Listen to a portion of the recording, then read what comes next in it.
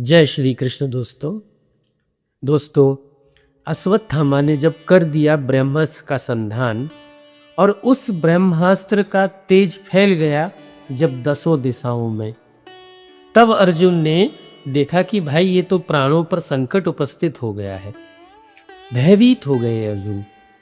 यहाँ एक बात विचारणीय है कि जब तक हम इस संसार में हैं तो किसी भी क्षण मन में किसी भी प्रकार का विकार उत्पन्न हो सकता है, भय उत्पन्न हो सकता है, चिंता भी हो सकती है।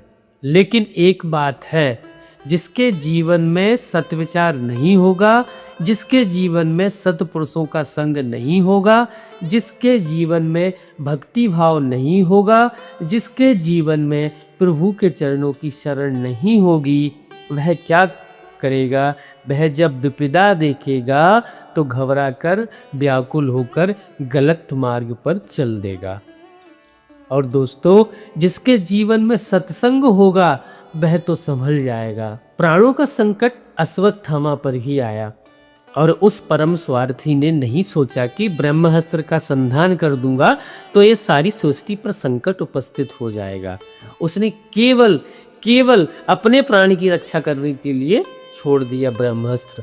और जब वही स्थिति अर्जुन के सर पर आई, अर्जुन भी देख रहे हैं कि ब्रह्मास्त्र दौड़ता चला आ रहा है।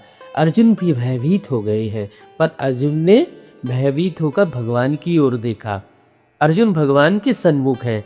जिसके जीवन में दोस्तों सत्संग द्वारा जागृत विवेक होगा, वह ऐसी स्थिति आने पर प्रभु की ओर देखेगा।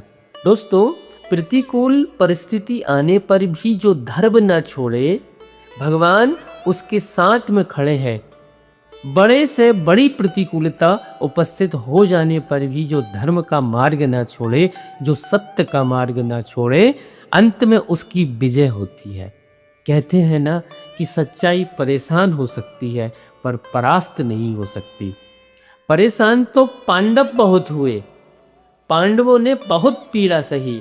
पांडवों के जीवन में भगवान ने संसार का सुख कहाँ रहने दिया, विपदा बनी रही।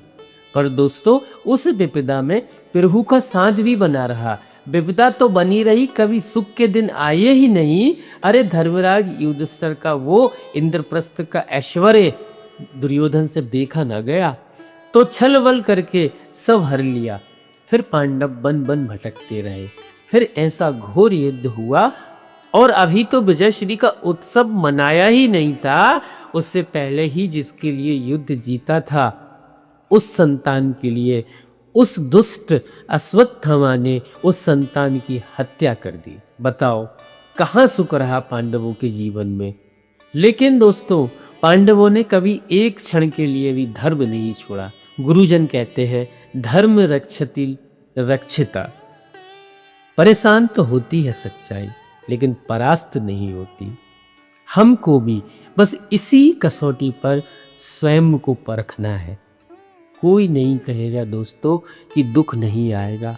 दुख तो आएगा भाई, सुख भी आएगा। इतना अवश्य हो सकता है कि हम दुख की पहुंच से दूर हो जाएं, दुख हमें छू ना पाए, हम स्थिर बने रहें। और वो स्थिरता भगवान की भक्ति देगी। भाई सुख दुख तो बिना ही बुलाए आते हैं और बिना कुछ कहे चले भी जाते हैं। दोस्तों, आनंद तो सुख और दुख दोनों से न्यारे हो जाने में है।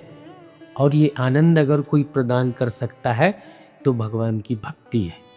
बस छोटा सा ही अंतर है विवेकी और अविवेकी के जीवन में। जो अविवेकी होगा वो मैल से मैल धोना चाहता है। वह एक कर्म के बंधन से छूटने के लिए दूसरा कर्म करेगा। अरे एक झूठ बोला, कोई कष्ट आया, अब उससे बचने के लिए दूसरा झूठ बोल रहा है। एक गलत काम किया, उसका बुरा परिणाम आया, अब उससे बचने के लिए दूसरा बुरा कर्म कर रहा है। और अविवेकी यही करता चला जाता है पूरे जीवन भर। एक गलती छुपाने के लिए गलती पर गलती करता है। अर्जुन संस्कारी है, विवेकी है, इसलिए जब ऐसी विपदा देखी, अर्जुन ने कुछ नहीं किया। अर्जुन ने भगवान की ओर देखा। दोस्तों, सृष्टि में ऐसा कोई अस्त्र नहीं है जिसका उत्तर अर्जुन के तर्कस में ना हो। गुरुजनों ने, द्रोणाचार्य ने अर्जुन को विश्व का श्रेष्ठ धनुर्धारी बनाया है। इसीलिए द्रोणाचार्य ने अपने पुत्र को आधी शिक्षा दी। अश्वत्थामा को ब्रह्मास्त्र चलाना आता है, संधान करना आता है, लौटाना नहीं आता। फिर भी अर्जुन किसकी ओर देख रहे हैं? भगवान की ओर। और फिर अर्जुन स्तुति करते। अर्जुन बोले कि हे भगवान, आप अपने भक्तों को अभय प्रदान करने वाले हैं, भय को दूर करने वाले हैं।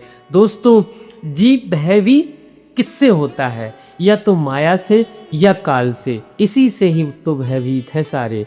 भय का कारण या तो माया है या काल है।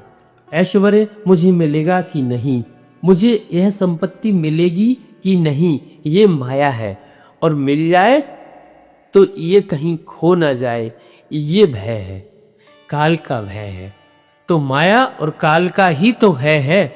और माया और काल के भय से मुक्त करने वाले केवल भगवान है, केवल भगवान है।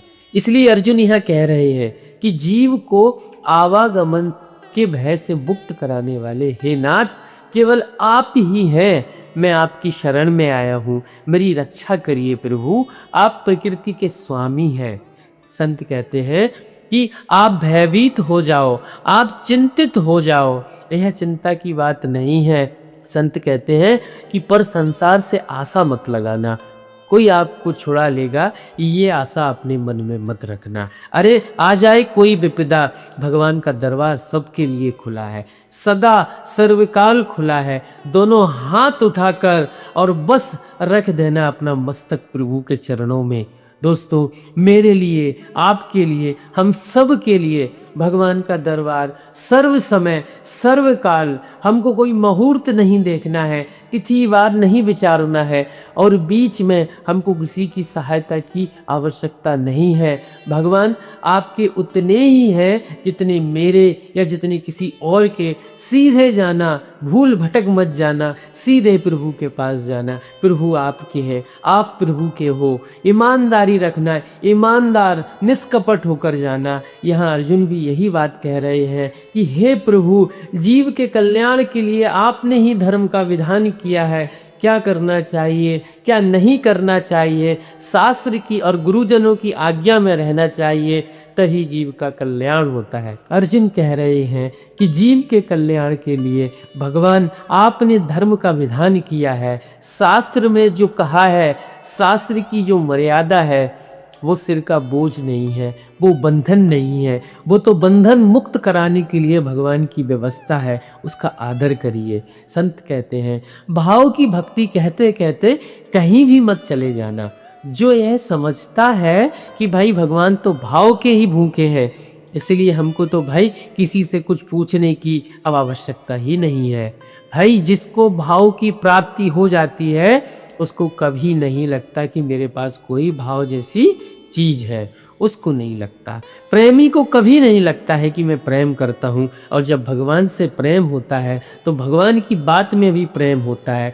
भगवान से प्रेम होगा ना तो भगवान की बात में भी सहज प्रीति होगी, भगवान की बात का भी आप सहज आदर करेंगे। अर्जुन ने कहा कि प्रभु, धर्म का विधान आपने हमारे कल्याण के लिए किया है, और अर्जुन इस समय भक्त के धर्म का ही पालन कर रहे हैं। अर्जुन कहते हैं कि आप स्वामी हैं, मैं सेवक हूँ, आपकी आज्ञा ही मेरे जीवन है। अर्जुन ने अगले श्लोक में यही बात कही, बोले ये जो आप आए हैं इस पृथ्वी का भार हरने के लिए, अपने भक्तों के ध्यान और चिंतन के लिए जो लीला विस्तार आपने किया है, आपने भक्तों पर दया की है। प्रभु भगवान, आप मेरे स्वामी हैं, मैं आपका सेवक हूँ, आज्ञा दीजिए इस समय मुझे क्या करना चाहिए। हे प्रभु, ये ब्रह्म अस्त्र चलाया है, मैं क्या करूँ, मैं क्या करूं प्रभु, जिससे ये जो विपदा आई है इससे मैं दूर हो जाऊं। दोस्तों, अर्जुन क्या कर रहे हैं? भगवान से प्रार्थना कर रहे हैं, भगवान की स्तुति कर रहे हैं। दोस्तों, अगर हमारे जीवन में भी कभी संकट आता है, हमारी परिस्थिति विकट होती है, तो हमको भी एक विवेक पूर्ण आचरण करना है, भगवान के श्री चरणों का आश्रय लेना है। एक बार श्री कृष्ण पे भरोसा करके देखिए दोस्तों, मान लीजिए गुरुजनों की बातें। दोस्तों इस कहानी को हम अगले भाग में पूरा करेंगे। आज की कथा को भगवान के श्री चरणों में समर्पित करते हुए यहीं पर विराम देते हैं। जय श्री कृष्ण।